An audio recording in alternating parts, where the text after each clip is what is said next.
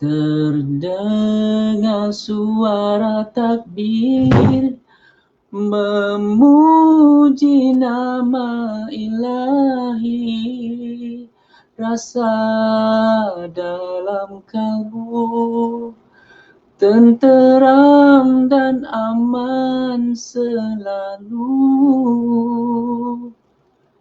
Dah start Assalamualaikum semua. Apa khabar?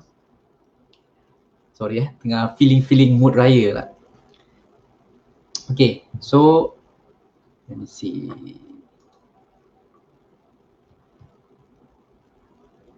Apa khabar semua?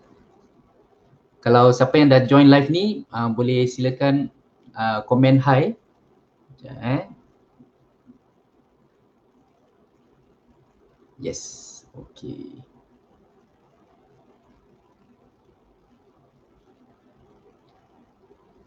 Alright. Okay, so kita dah ready to start. Wah, terima kasih semua dah join Kita sempat nyanyi sebab tengah ambil tangkap feeling dulu. Ni songkok orang Melayu lama kan, orang kampung dulu kan, Piramli tinggi-tinggi. Okay, so lagi tunggu beberapa orang join dulu sekejap lagi sebelum saya bawa masuk ada tetamu khas untuk petang ini FB Live. So hari ini sebab dalam hari Ahad ni kan lagi berapa 2 hari, dalam 2 hari lagi kita nak menyambut Aidilfitri, dan pada pertama kalinya kita akan menyambut pada waktu di mana kita semua tengah lockdown. So ataupun circuit breaker senang cakap. Jadi kita masjid semua tutup, kita pun tak boleh keluar rumah, semua suruh duduk rumah. Jadi ini adalah pertama kalinya kita akan menyambut Syawal ataupun Hari Raya dengan cara yang betul-betul berbeza, yang tak pernah kita lalui. Dalam semua hidup saya pun tak pernah lalui macam sambutan yang macam gini. Jadi saya dah dengan sukacitanya dapat menjemput seorang ustaz daripada Masjid Al-Amin, Ustaz Syafi'i, untuk bersama-sama kita pada petang ini. Jadi kita boleh dapat tahu lebih lanjut lah cara yang sebaiknya untuk untuk kita menyambut Syawal atau Hari Raya dengan yang sebaik-baiknya lah, sebab ini adalah pertama kali. So kalau semua dah bersedia, saya nak jemput Ustaz masuk dalam Facebook Live Okay, bismillah. Okay, Assalamualaikum Ustaz. Waalaikumsalam warahmatullahi wabarakatuh. Apa khabar Dr. Taufik? Alhamdulillah sihat. Terima kasih sudi menyahut undangan saya pada petang ini Alhamdulillah, insyaAllah. Terima kasih juga kerana Dr. Taufik sudi mengundang Semoga perkongsian kita hari ini dapat manfaat lah, insyaAllah. InsyaAllah. Semua sihat di rumah tu? Tak dapat pakai baju Melayu semua. Kita tengah mood raya sekarang. Alhamdulillah. So kena tangkap mood dulu. Jadi bila hari dia baru kita dah ready lah. Jadi sebelum saya nak okay. Abang Jas cakap Assalamualaikum. Waalaikumsalam. Okay. So sebab ini pertama julung-julung kalinya lah kita menyambut Hari Raya, semua masing-masing duduk rumah, tak boleh pergi masjid, tak boleh pergi rumah mak, tak boleh pergi ke mana-mana. Jadi banyak benda yang kita tak boleh buat, yang kita dah berpuluh-puluh tahun kita buat, tahun ni kita tak boleh buat. Jadi apa yang kita boleh buat sebenarnya, dan apa yang sepatutnya digalakkan untuk kita lakukan lah. Sebab ini kan sebenarnya Hari Raya ni ataupun Aidilfitri ni adalah sambutan kirakan holiday dalam kalender Islam. So ia juga merupakan sambutan untuk kaum muslimin kita, bukan saja untuk berseronok lah. So jadi dari segi pendapat masjid, dari segi Islam, apakah cara sebaik-baiknya. So mungkin kita bermula, kalau siapa ada soalan boleh komen Jadi kita boleh highlight lah soalan. So maybe my first question, question, maybe first day tu macam apa yang digalakkan atau apa yang sepatutnya kita buat pada malam raya, biasanya apa yang seharusnya lah kita buat. Okey, insya-Allah. Bismillahirrahmanirrahim. Alhamdulillah rabbil alamin wassalatu wassalamu ala asyrafil anbiya wal mursalin sayyidina Muhammad wa ala alihi washabbihi ajma'in. Insya-Allah tuan-tuan, teman-teman yang dimuliakan sekalian, Assalamualaikum warahmatullahi wabarakatuh. Jadi kalau kita nak cakap tentang apa yang kita boleh buat ataupun apa yang digalakkan untuk kita buat pada malam raya ataupun pagi raya, sebelum kita nak kongsikan tentang apa yang kita perlu buat, saya nak bilanglah tentang martabat hari raya ni ataupun fungsi hari raya ni sendiri.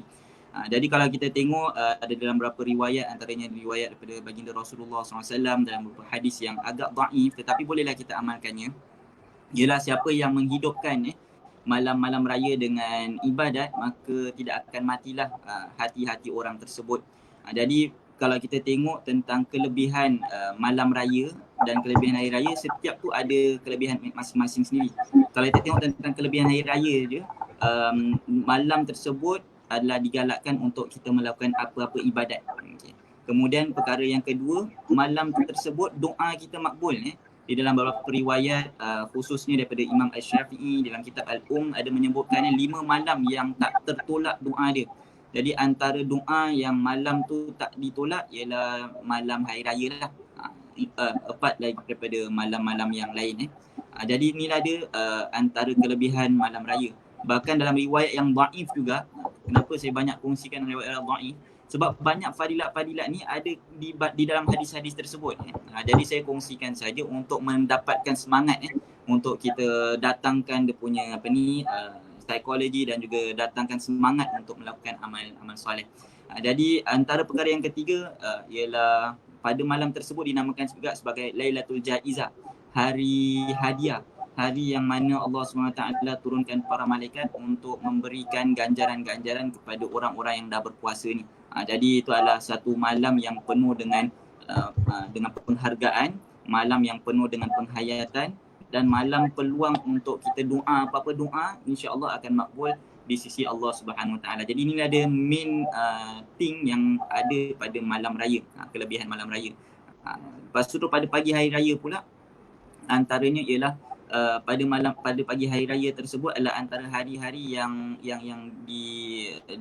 disebutkan di dalam Al-Quran, walitukmilul iddata walitukabbirullaha ala ma hadakum wa la'allakum tashkurun. Maknanya Allah Taala highlightkan hari yang kita digalakkan untuk takbir, hari yang digalakkan untuk kita penuhkan dengan perkara-perkara yang kesyukuran. Jadi antara perkara kesyukuran tu yang kita boleh buat, kita dapat bantu orang susah ataupun kita dapat rapatkan silaturahim, kita dapat menghayati ibadah puasa. Maknanya ibadah puasa tu memberikan kesan pada diri kita lah.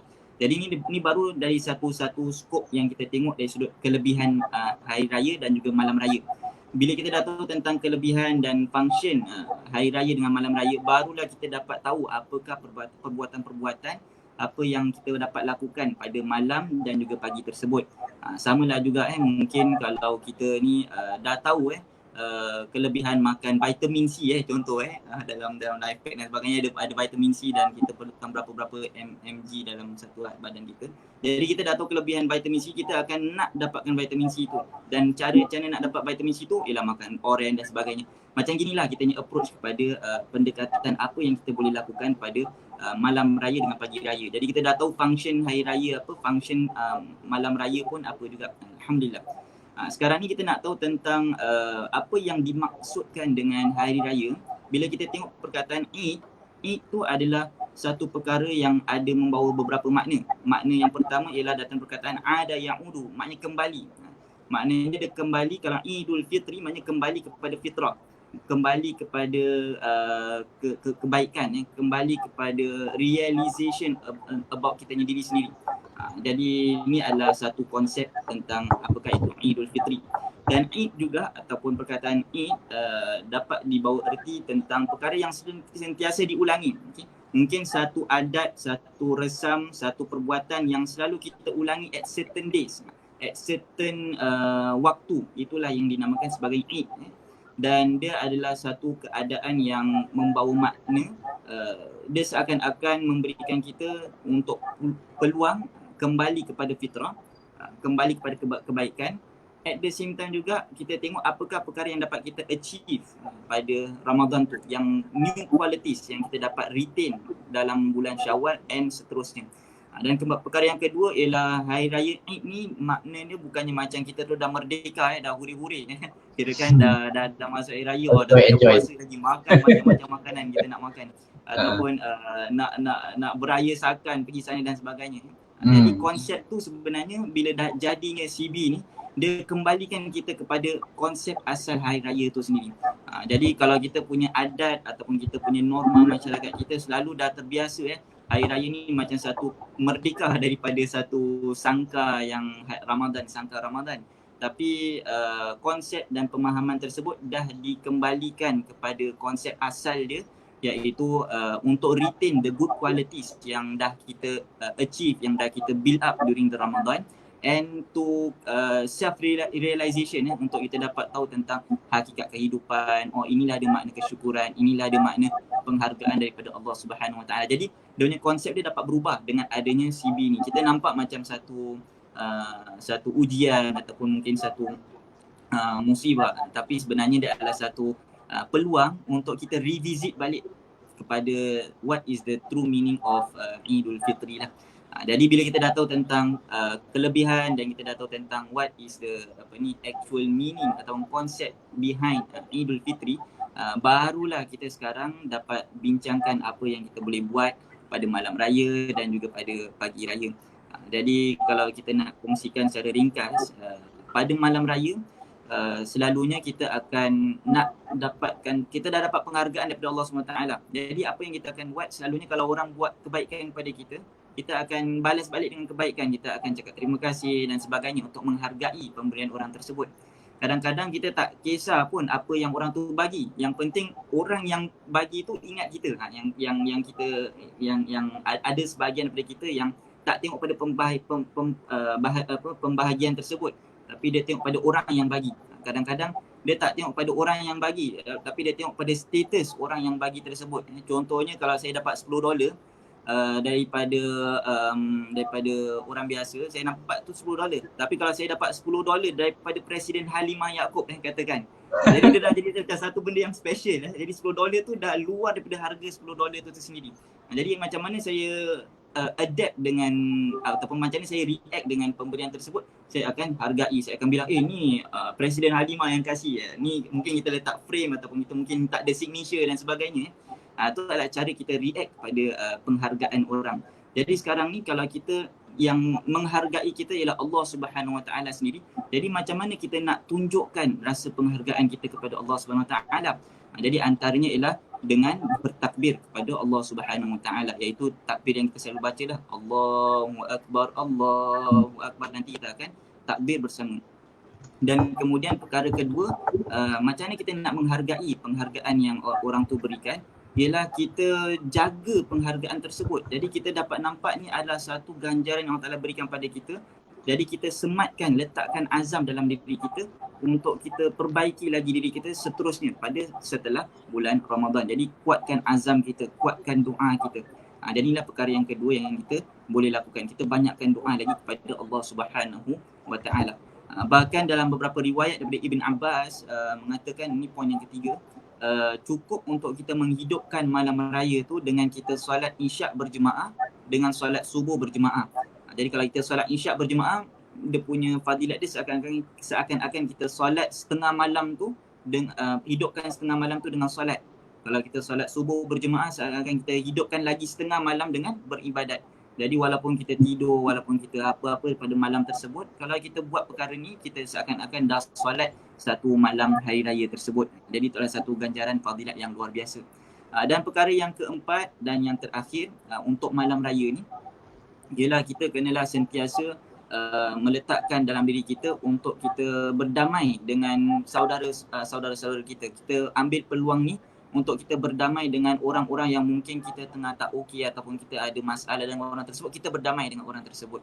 Sebab antara orang yang tak dapat penghargaan tu ataupun tak dapat diampunkan dosanya ialah bila dia sendiri ada something grudge dengan saudara dia sendiri. ataupun something dia ada macam animosity terhadap ada orang yang ada simpan satu perasaan, dia simpan ada betul. masalah perasaan. Ada masalah sendirilah. Jadi inilah ada 4 perkara yang kita kena pastikan yang kita buat pada malam raya untuk reap out the best benefit. Jadi kalau keadaan dekat COVID sekarang ni, Alhamdulillah dia tak ada menghalang 4 perkara yang kita boleh lakukan bersama dengan keluarga kita. Bahkan kalau tak ada COVID ni, kita dapat multiply lagi perkara tersebut dengan amalan-amalan soleh. Datang kat masjid, mungkin takbir ramai-ramai, mungkin volunteer kat masjid dan sebagainya. Jadi inilah ada 4 main thing yang kita dapat buat pada malam hari raya. Apart from other thing lain lah, amal-amal soleh lain, nak zikir ke, nak baca Quran ke apa, buatlah. Tapi inilah ada main 4 benda yang kita buat untuk reap out the best benefit pada malam hari raya tersebut. Jadi sebab itulah, jadi saya ulangi, ialah yang pertama, sedikit sebanyak kita takbir. Yang kedua, sematkan azam, banyakkan doa. Kemudian yang ketiga, kita Allahumma salli ala Muhammad, kita penuhkan dengan amalan-amalan soleh yang lain.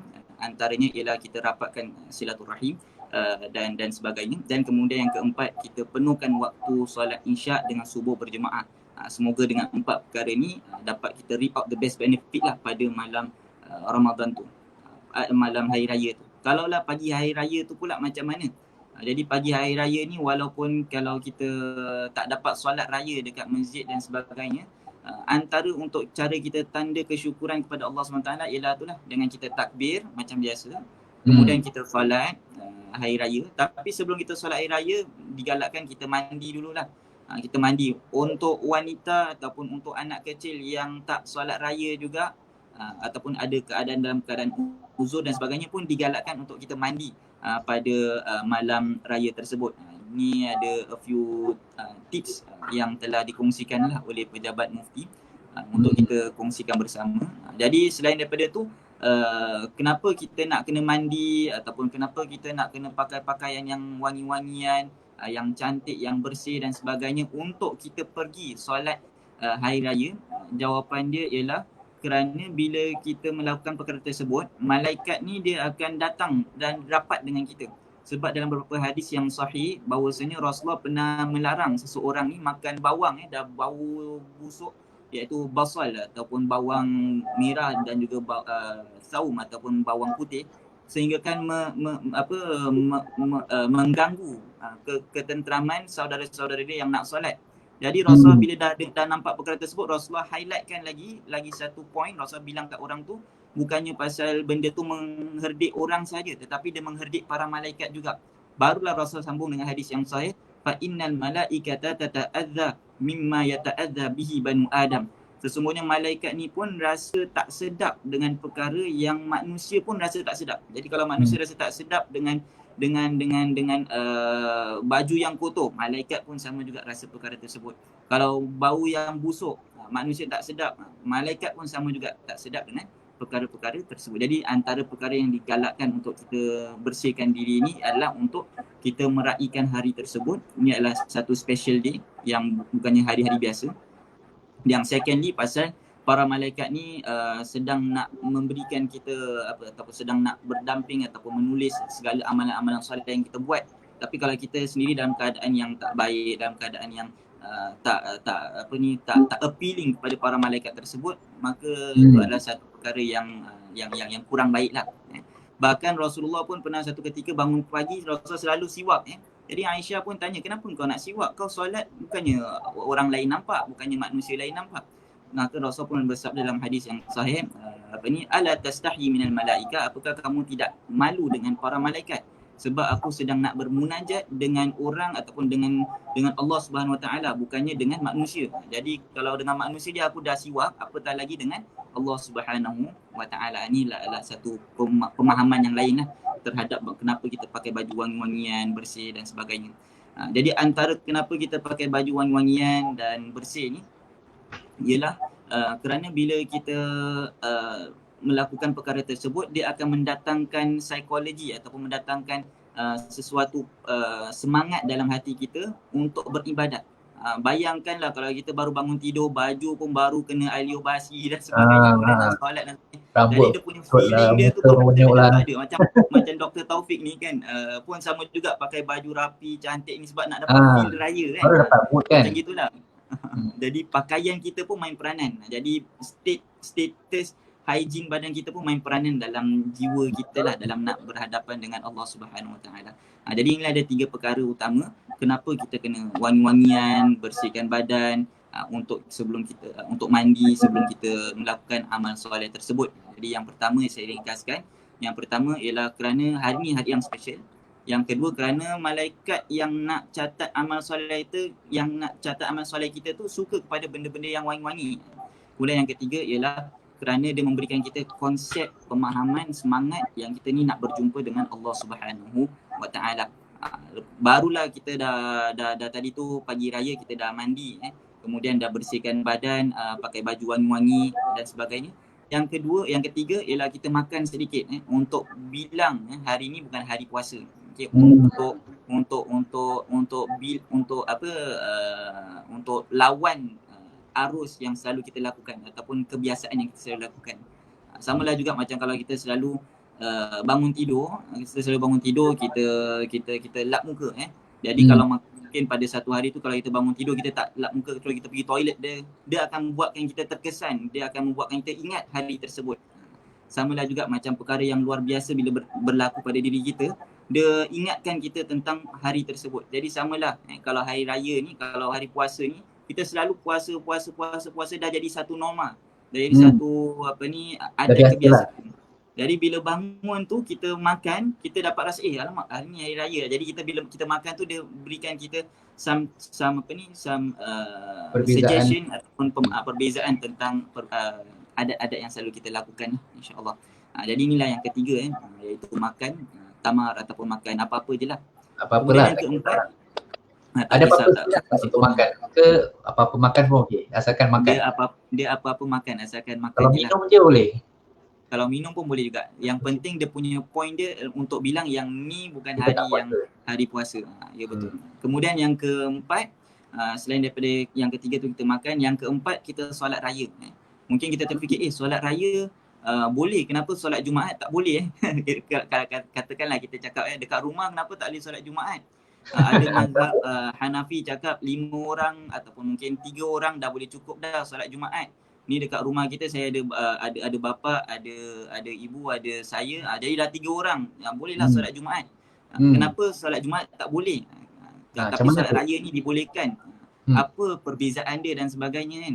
Jadi jawapan dia ialah kerana solat Jumaat ni adalah satu ibadah khusus. Satu ibadah khusus yang wajib. Beza dengan solat Idul Fitri. Solat Idul Fitri adalah sunat. Jadi bila dia sunat, dia martabat dia tu taklah seperti martabat solat Jumaat. Jadi solat Jumaat tu kalau walaupun solat Idul Fitri ni dibolehkan, kita buat bersendirian atau keadaan berjemaah dekat rumah dan sebagainya.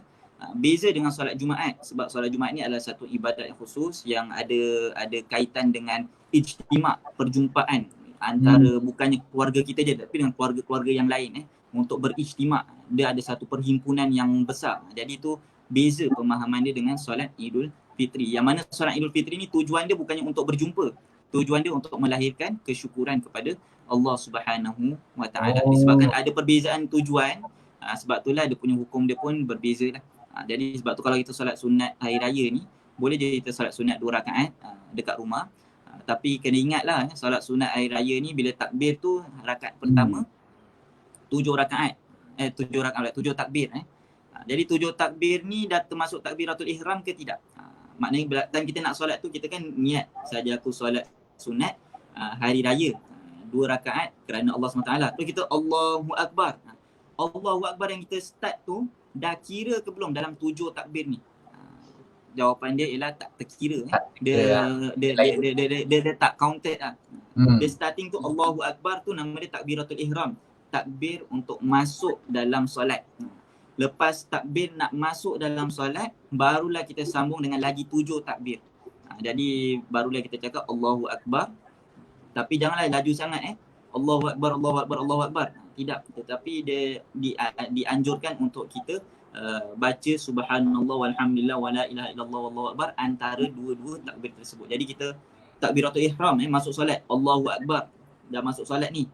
Jadi lepas tu baru 7 takbir lagi, baru Allahu akbar pertama, subhanallah walhamdulillah wala ilaha illallah wallahu akbar, terus Allahu akbar kedua, subhanallah walhamdulillah, sampailah yang ke-7.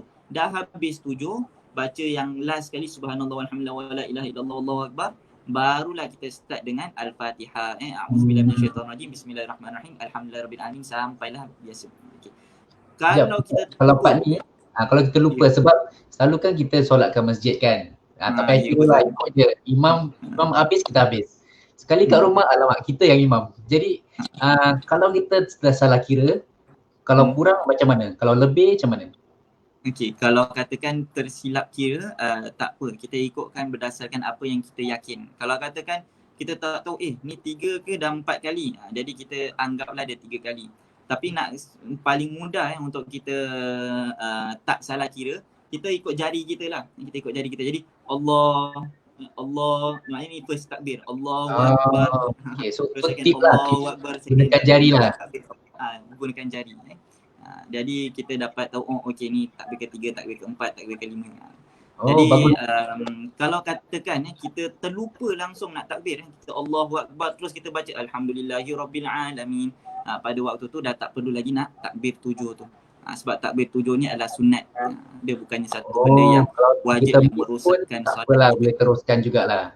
Dia boleh teruskan juga, insya-Allah. Tapi rakaat kedua kalau ingat takbir, teruskan takbir. Okey. Ada soalan ni Ustaz. Boleh. Kita masanya waktunya untuk solat, sebab biasanya kalau kat masjid kan dulu ada timing dia lain-lain kan. Kita ikutlah timing kat masjid. I think another soalan yang berkaitan is bila kita nak start takbir pagi tu, bila yang sesuai untuk start takbir, lepas tu bila kita nak start solat. Okey. Jadi function takbir ni ialah untuk tandakan kesyukuran yang kita dah habis Ramadan. Jadi bila dah habis Ramadan, maknanya Ramadan tu habis pada hari Sabtu ni lah, insya-Allah. Kalau mufti dah cakap hari Sabtu lah. Kalau mufti cakap bukan hari Sabtu lah.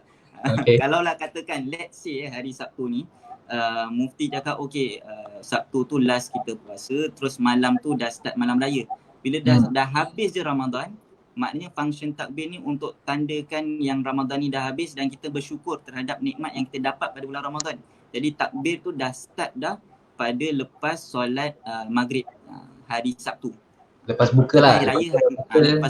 Lepas buka solat maghrib. Solat maghrib tu kita dah mula takbir. Sampailah waktu dia takbir sampai habis solat Jumaat, habis solat hari raya. Jadi bila solat hari raya, solat hari raya ni dia ada grace ataupun ada time period. Jadi time period dia, time frame dia start daripada waktu duha. Waktu duha ni start bila? Start habis syuruk. Bila syuruk dah habis, syuruk tu bila? Kita dah habis waktu subuh. Dah habis waktu subuh, akan dah anggaran dalam 20 minit lepas waktu subuh. Itulah ada waktu syuruk. Maknanya waktu matahari terbit. Okay. Jadi kalau katakan ni horizon, matahari naik kan, matahari naik. Jadi by the time matahari naik je, ni dah habis dah subuh. Subuh dah habis. Nampak matahari dah naik je, maknanya keras matahari tu dah naik je, dah habis subuh. Jadi by the time matahari fully naik, barulah start kita boleh solat duha. Maknanya barulah kita start boleh solat hari raya.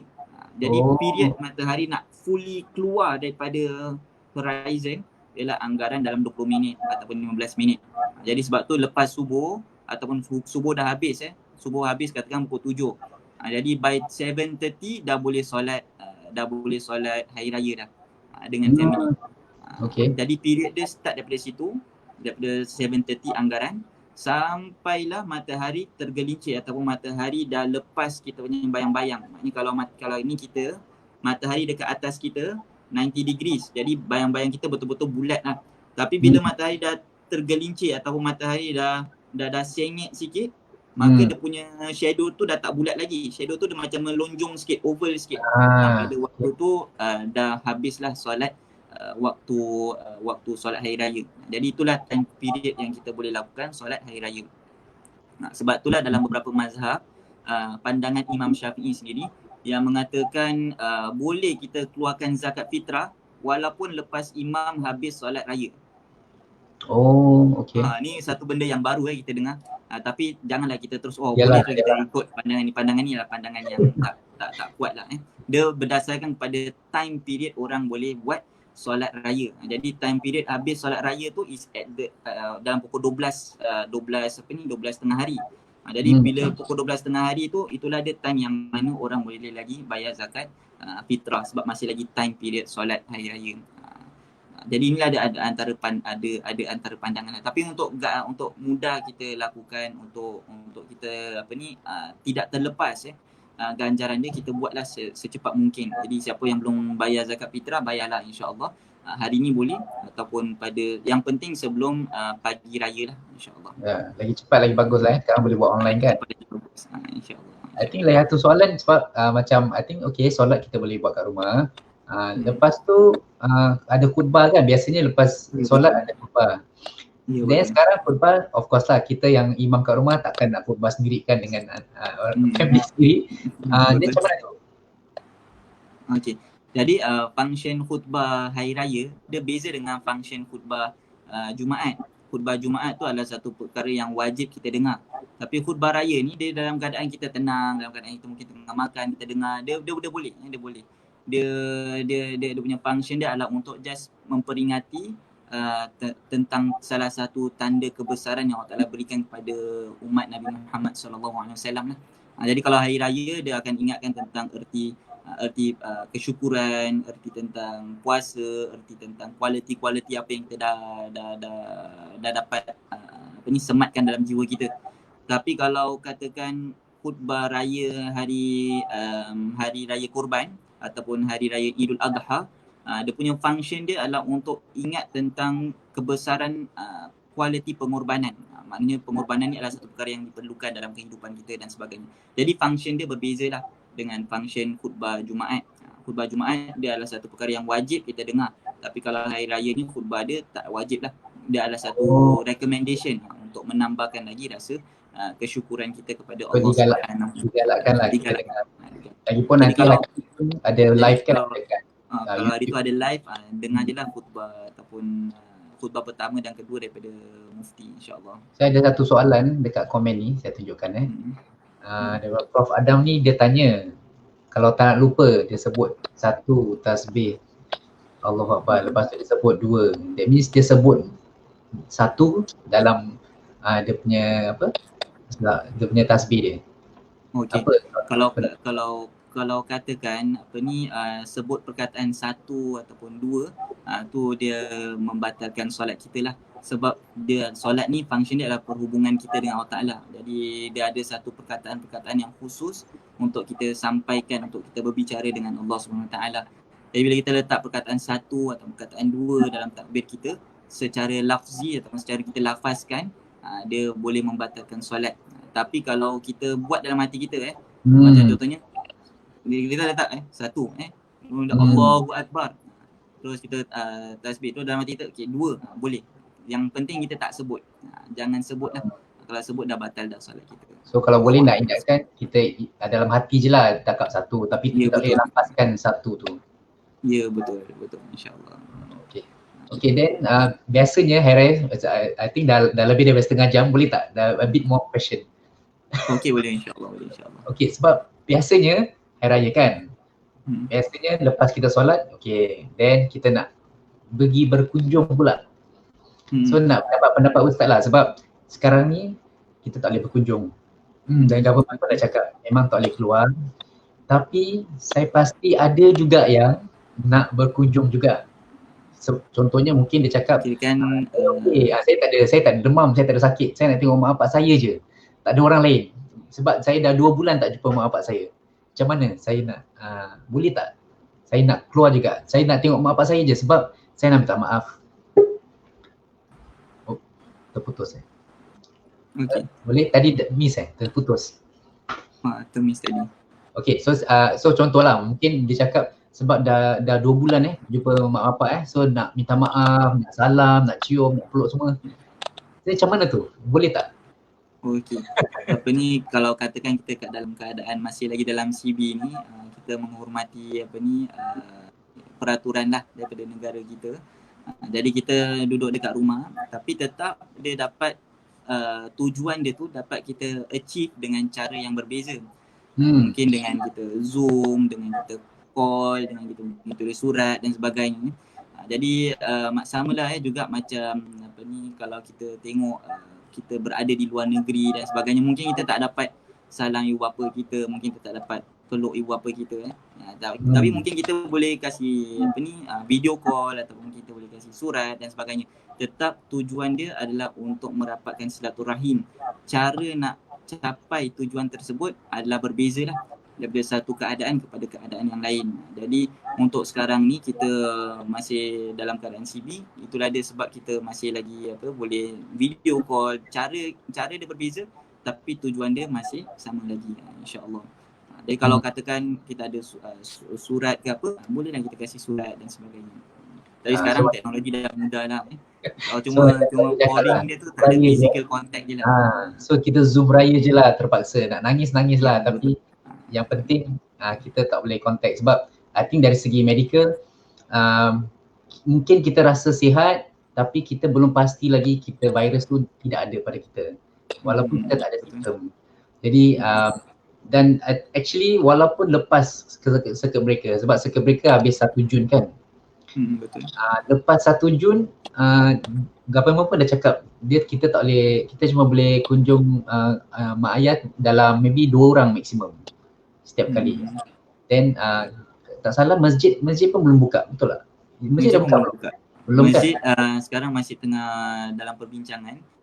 Tak tahu macam mana jawapan dia lah. Kita masih tunggu arahan daripada pihak MUIS, insyaAllah.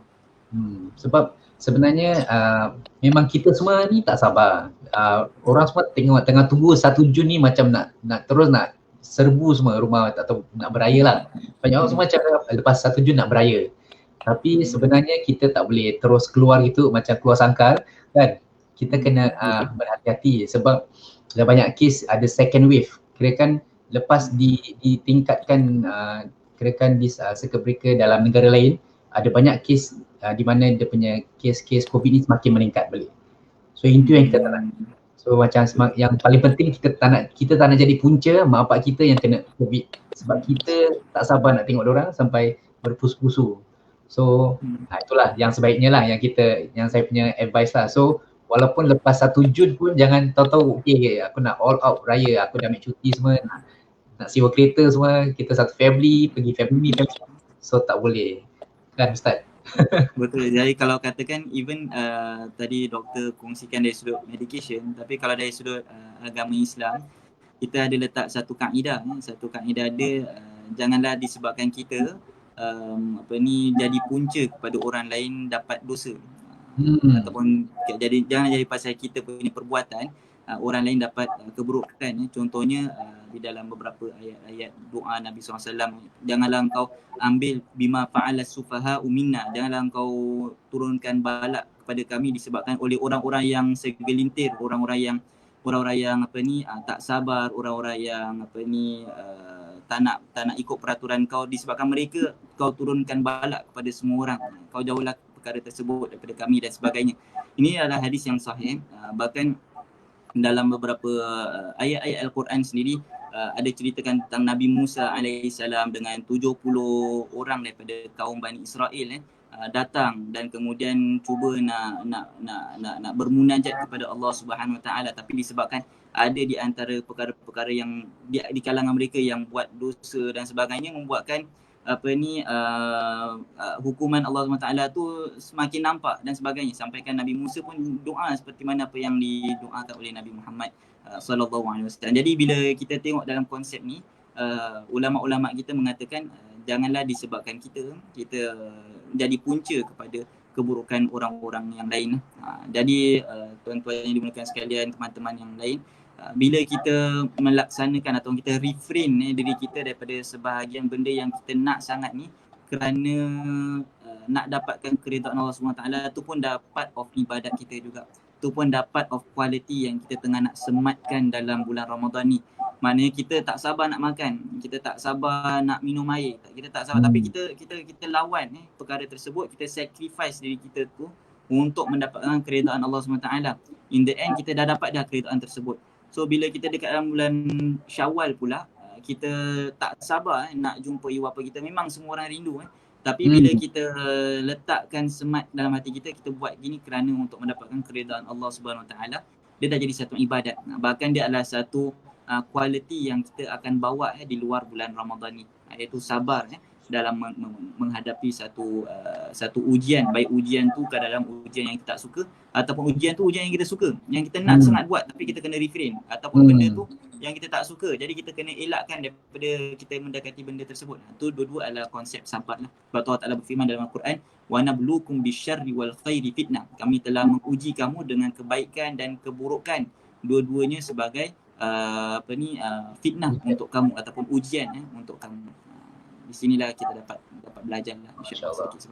So circuit breaker ni kirakan menguji kesabaran kita, dan dengan bersabar kita pun mendapat, insya-Allah mendapat keredaan Allah, dan itu adalah sebahagian daripada ibadah. Ya, betul. Kita tahanlah rindu kita, lepaskan rindu dekat Zoom call dulu sampai kita betul-betul rasa selamatlah untuk kita berkunjung ataupun jumpa saudara mara sebagainya. InsyaAllah. Ada satu soalan ni okay, daripada Cik Jasmani So dia tanya, adakah sama pahala khutbah sendiri, contohlah imam kat rumah kan nak khutbah sendiri dengan family, atau dia dengar khutbah dekat website, khutbah daripada masjid contohnya? Sama jugalah, saya kira kan soalan dia akan soalan Abang Jas akan sama juga dengan maksud sama tak kalau kita solat jemaah dekat rumah dengan kita solat jemaah dekat masjid dia punya konsep soalan dia tu dah nak kat sama. Maknanya kalau kita buat samalah juga macam sama tak pahala kita buat dekat rumah bila kita solat malam dan sebagainya dengan kita iktikaf kat masjid dan kita solat malam dekat masjid dan sebagainya. Jawapan dia lah pahala dia tak sama dah, berdasarkan kepada tempat dan juga berdasarkan kepada keadaan.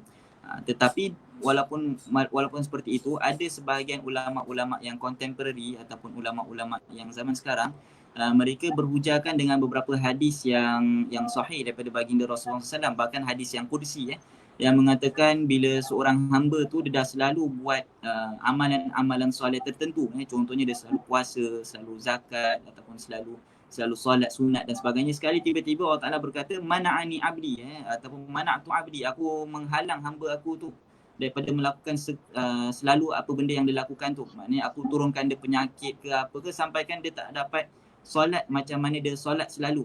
Okay. Pada waktu tu Allah Ta'ala pun berkata dengan para malaikat, apa yang hamba aku tu cakap Jadi hamba tu masih lagi berkata masih lagi nak melakukan amal solat tersebut.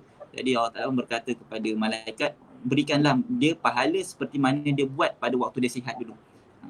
Jadi apa yang kita dapat ambil faedah ialah bila kita selalu buat perkara tersebut yang kita inginkan buat perkara tersebut, tapi disebabkan oleh keadaan-keadaan tertentu yang menghalang kita daripada melakukan amal solat yang kita selalu buat, dalam keadaan kita rindu kepada amal solat tersebut, insya-Allah juga berdasarkan pada hadis ni kita dapat pahala seperti mana apa yang kita selalu lakukan. Jadi kalau katakan kita khutbah dekat rumah dengan kita khutbah dekat masjid dengan atau kita khutbah dekat online, sama tak pahala dia? Jawapan dia tak sama. Tetapi kalau dia memberikan kesan pada diri kita, dia insya-Allah akan mendapatkan pahala yang sama lah, insya-Allah. Cuma environment dia tu membezakan. Tapi kalau dari sudut kita tengok dari sudut kesan, dia memberikan kesan yang sama macam mana kita dekat masjid dan sebagainya, dia akan dapat pahala yang sama juga. Tapi kalau katakan kita tak tengok dari sudut kesan, kita tengok dari sudut tempat sahaja, pada waktu tu memanglah berbeza pahalanya. In the end, Allah SWT lah yang memberikan pahala seperti mana apa yang Allah Ta'ala inginkan. InsyaAllah. Wallahu a'lam bishawab. Okay Ustaz, I think dah lama juga kita berbual ni. Ada apa-apa pesanan sebelum kita akhiri Facebook Live ni? Okey, insya-Allah saya cuma nak bilang dia terima kasih kerana menjemput kepada Dr. Taufik kerana sudi menjemput, dan semoga perkongsian ni dapat jadi perkongsian yang bermanfaat, perkongsian yang dapat kita amalkan dan pada waktu yang sama juga rebutkanlah akhir-akhir Ramadan ni dengan kalau kita nak berinfak ke masjid dan sebagainya. Mungkin saya ada kongsikan apa ni UEN number Masjid Al-Amin. InsyaAllah kalau nak pay now, bolehlah pay now kepada UEN number ni insyaAllah untuk membantu apa ni Masjid Al-Amin untuk teruskan keluarkan produk-produk keagamaan lah insyaAllah. Jadi dan pada bulan Syawal ni kita ada satu program, kalau katakan sekarang ni Masjid Al-Amin ada buat Qiyamul Lail Pack. Jadi Qiyamul Lail Pack yang dapat membantu kita untuk buat Qiyamul Lail lah. Nak solat macam mana, apa solat dia, dan dalam pack tersebut ada aktiviti-aktiviti tentang apa ni anak-anak punya aktiviti dan sebagainya. Dan pada bulan Syawal ada satu program khusus, dia tazkirah tentang ringkasan hadis-hadis Nabi. Maknanya hadis-hadis Nabi ni banyak, tapi ada ulama dia kata hadis-hadis Nabi ni maknanya dia semua dapat dicakup ataupun dapat dikompreskan dalam 4 ataupun 5 hadis utama yang ada dalam buku-buku hadis lah. Jadi itulah dia 4 atau 5 hadis yang akan kita explore pada bulan Syawal ni. Ada tafsir surah Qaf, sebab Rasulullah selalu pada hari raya Rasulullah solat Rasulullah akan baca surah Qaf. Kenapa Rasulullah pilih surah Qaf out of banyak-banyak surah pada hari raya Idul Fitri atau Idul Adha? Kita akan explore lah perkara tersebut di dalam tazkirah khusus edisi Syawal. Dan ada fikir-fikir contemporary, fikir isu-isu semasa. Ada cakap pasal pakaian, ada cakap pasal makanan, ada cakap pasal perubatan dan sebagainya lah. Wallahu a'lam bissawab insya-Allah. Dan sebelum saya akhiri, saya mohon maaf atas keterlanjuran kata, kesilapan kata yang baik daripada Allah Taala. Kekurangan tu datang daripada kekurangan diri saya sendiri. InsyaAllah kita bersama dengan orang-orang yang a'idin, orang yang kembali kepada fitrah, orang yang dapat ganjaran daripada Allah Subhanahu Taala dan dapat malam Lailatul Qadar. Malam ni malam 29. Berdasarkan kepada beberapa riwayat ulama kita mengatakan mungkin malam Lailatul Qadar ni jatuh pada malam 29. Wallahu a'lam. Kita rebutkan je lah setiap malam pada akhir bulan Ramadan ni. Sekian itu je sajalah insya-Allah. Terima kasih Ustaz. Betul-betul banyak kita belajar pada petang ini, sebab banyak benda pun kita I think take for granted lah, sebab selalunya hari raya je pergi masjid semua kita ikut je, kita tak tahu kenapa kita buat je. Jadi alhamdulillah hari ni kita dapat banyak kita belajar tentang objektif, niat, function dan sebagainya. Subhanallah. So I think bagus juga kita ada circuit breaker dengan COVID ni. Kalau tidak kita tak sibuk nak cari ilmu macam ni kan. So alhamdulillah, terima kasih banyak Ustaz. Nanti boleh kasih link lah untuk yang apa Qiyamul Lail Pack tu. Bagus saya type sekarang ni. Okey, boleh. Nanti saya boleh share dengan yang follower, jadi kita boleh tengok, kita boleh sokong lah. Okey, boleh insya-Allah. Ataupun nanti WhatsApp kat saya, nanti saya post dekat Facebook. Jadi senang orang klik. Okey, insya-Allah. Ni saya kasih sekejap je. Okey.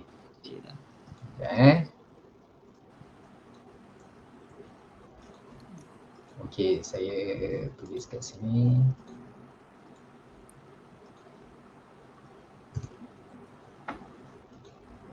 Okay, so yang ni kalau siapa yang nak minat untuk Qiyam Pack, ni dia punya link dia. So macam dia soft copy ke atau hard copy Dia Google Drive. Ada soft copy. Oh, okay. Jadi kalau picit dia akan go to Google Drive, Google Slides lah. Banyaklah slides dia, tapi ada item of dia punya Qiyamul Lail Pack, ada cakap pasal terminologies of apa ni Qiyamul Lail, maknanya apa tu witir, apa tu hajat, apa tu Qiyamul Lail, apa tu tahajud, apa tu tarawih. Jadi dia beza Jadi kita akan mungkin terfikir, apa ni aku solat tahajud ni sama ke dengan solat malam ke? Itu semua yang akan kita explore kan, terminologies. Lepas tu terus yang second, setiap satu tu apa yang kita nak buat. Okay. Contohnya detailed description of solat hajat ada. Lepas tu apa doa dia, habis apa dia punya sources yang kita ambil daripada hadis Nabi ataupun ayat Quran pun kita kongsikan di sana juga. Masya-Allah. Kemudian yang ketiga about tentang FAQ tentang solat malam witir 2 kali macam mana satu malam, okey tak? Saya dah sebelum tu saya dah solat witir, lepas tu tidur bangun solat sunat lagi, macam mana witir dia dan sebagainya. Tu ada bincangkan. Habis ataupun mungkin saya dah semangat ni nak bangun malam, nak solat malam. tapi tak tahulah nak buat apa sebab banyak sangat nak buat, nak baca Quran, nak zikir, Betul, nak betul. gini. Macam mana ni sampai Betul, termenung je. terkejap macam ni nak apa aturkan time jadi dekat situ dah bilang apa ni, antaranya ialah kalau kita nak compresskan time kita, pasal kita kalau solat sunat kita boleh baca Quran, tengok Quran lah maksud saya. Jadi instead of kita baca satu time tu kita baca Quran, satu time kita solat, kita compresskan, maknanya kita time kita solat tu kita baca Quran. Kita baca Quran, baca Quran lah, mungkin ada terjemahan dia, mungkin kita faham makna dia. Bila sampai ayat-ayat rahmat kita doa, bila sampai ayat-ayat azab kita doa dan sebagainya. Jadi ni semua ada tips-tips dia. Lepas tu amalan-amalan yang kecil dan ganjaran dia besar dan sebagainya semua ada dekat dalam FAQ ataupun hacks untuk Lailatul Qadar dan sebagainya. Dan aktiviti untuk anak-anak kecil lah. Mungkin kalau anak kecil kita, time kita tengah solat tarawih, ada anak kecil kita tengah nak buat apa-apa ke, kita ada aktiviti dia juga. Contohnya ada video, dah habis tengok video tu ada soal jawab dan sebagainya lah. Untuk kita reflect dengan anak kita, insyaAllah. So masih belum terlambat lagi, masih ada beberapa hari Ramadan untuk kita mulai merebut Lailatul Qadar insyaAllah. Dan untuk mendapat manfaat pun kita boleh derma, tengok kat bawah ni derma Masjid Al-Amin, ada dia punya UN dia kat situ. So masjid walaupun dia tutup dia tak perlukan duit so kita mesti sokong dan derma sentiasa menderma untuk masjid agar dia boleh terus berfungsi. Okay, Ustaz, terima kasih lagi banyak dan saya doakan semoga kita semua dapat keluar daripada wabak ni dengan selamat dan doakan kesihatan untuk Ustaz untuk terus kirakan berbakti pada masyarakat dan kesihatan Ustaz dan sekeluarga insyaAllah. Amin insyaAllah. Assalamualaikum Ustaz, terima kasih banyak. Sama-sama.